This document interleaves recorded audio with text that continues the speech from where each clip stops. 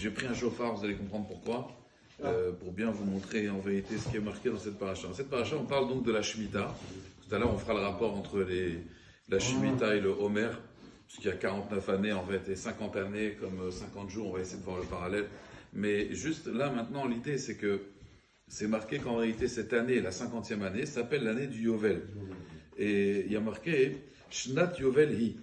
Et les maasé, pourquoi c'est marqué Yom Yovel Hi Shnat Hamishim Shana? Pourquoi on l'a appelé l'année du Yovel? Vous savez qu'on aurait dû l'appeler l'année de la libération des esclaves, des terrains. Vous savez que cette année-là, même si quelqu'un il a une dette, bon ça c'est dans toutes les Shemitot, la dette elle est annulée, les esclaves on les libère. Ça veut dire c'est vraiment l'année de la liberté. Pourquoi on l'a appelé Yovel, Shnat Yovel? Yovel Hi. Rashi dit Al Shem Tkiat HaShofar. Parce que comme on sonne du chauffard cette année, vous voyez ce chauffard, on sonne cette année-là du chauffard, donc c'est l'année prochaine, hein, la Shemitah. Alors du coup, on l'a appelé Shnat HaShofar.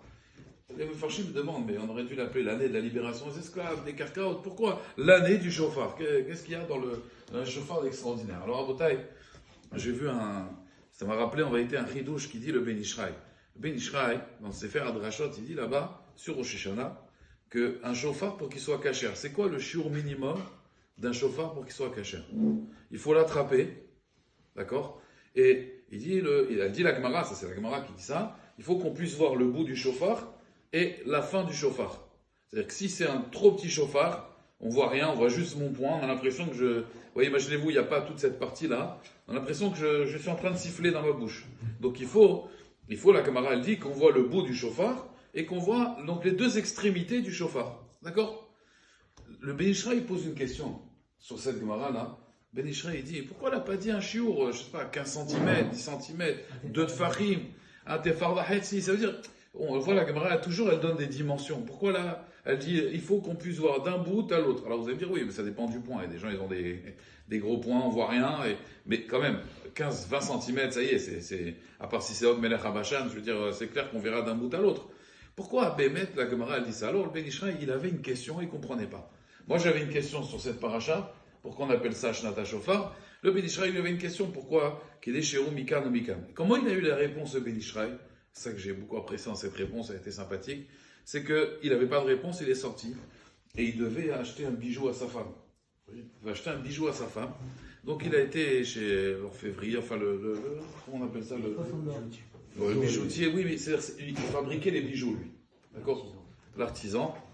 Il est parti là-bas et il y avait quelqu'un qui faisait la queue. Et la personne, il a acheté une bague. Vous savez que bon, mais Karadine, la halakha, une bague pour homme, c'est permis si c'est une bague pour homme. Aujourd'hui, on n'a plus le minag. Mais à l'époque, les Sfaradim, ils avaient des bagues pour homme. Mais il faut vraiment que ce soit un bijou pour homme. C'est moutard d'après la halakha. Aujourd'hui, on n'a plus le minag. Il y avait quelqu'un qui a acheté une bague. Et dans cette bague, il a gravé Gimel Zain Yud. Gezi. Gezi. Bon. Alors, au début, il a dit, c'est qui Gezi? C'est ta femme? Comme ça, il a demandé. Il a dit, mais là, je comprends pas, c'est quoi? C'est une ségoula. Gimel Zain Yud. Gezi. Gazi, Gezi.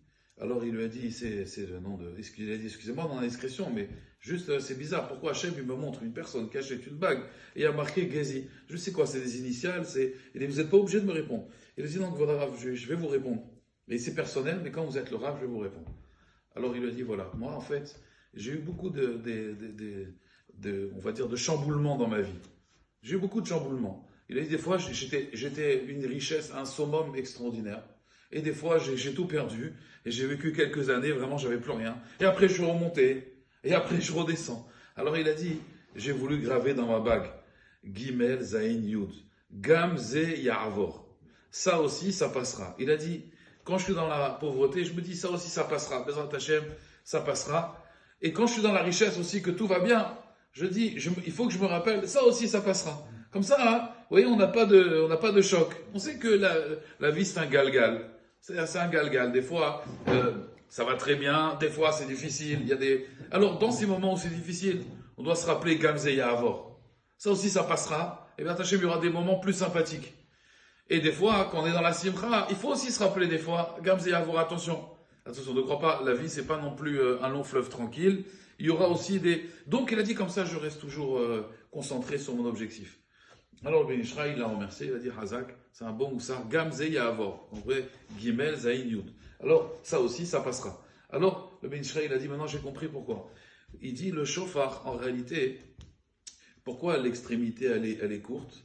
La Gemara, elle dit, parce que mina metzar karatia, mina metzar, de quelque chose d'étroit, de l'étroitesse, je t'ai appelé. Mina metzar, et vous voyez, le shofar, au début, c'est serré. Aval aneni, mais toi, tu m'as répondu, bah mechavia. Toi, tu m'as répondu avec largeur, vous voyez, avec largesse. Le shofar, il est large après. Donc, on appelle Hachem, mina metzar. Mais après, bon, Hachem, Kadosh Baruch Hu, il nous répond avec largesse, bon, Hachem, une Yeshua, c'est extraordinaire. Hachem, il ouvre toutes les portes. Alors, il a dit, le Ben Israël, maintenant j'ai compris pourquoi. Il faut qu'on voie les deux bouts du shofar. Parce que, il faut toujours se rappeler, il y aura toujours, des fois le côté étroit, des fois le côté, vous voyez, plus large. Et ça, c'est comme ça la vie d'un homme. Donc, le Yovel, c'est la même chose. Le Yovel, c'est un moment où on sonne du shofar. Et les maasés, quand on sonne ce shofar-là, alors c'est extraordinaire. C'est la libération de tout le monde. Et pourquoi avec le shofar? Parce que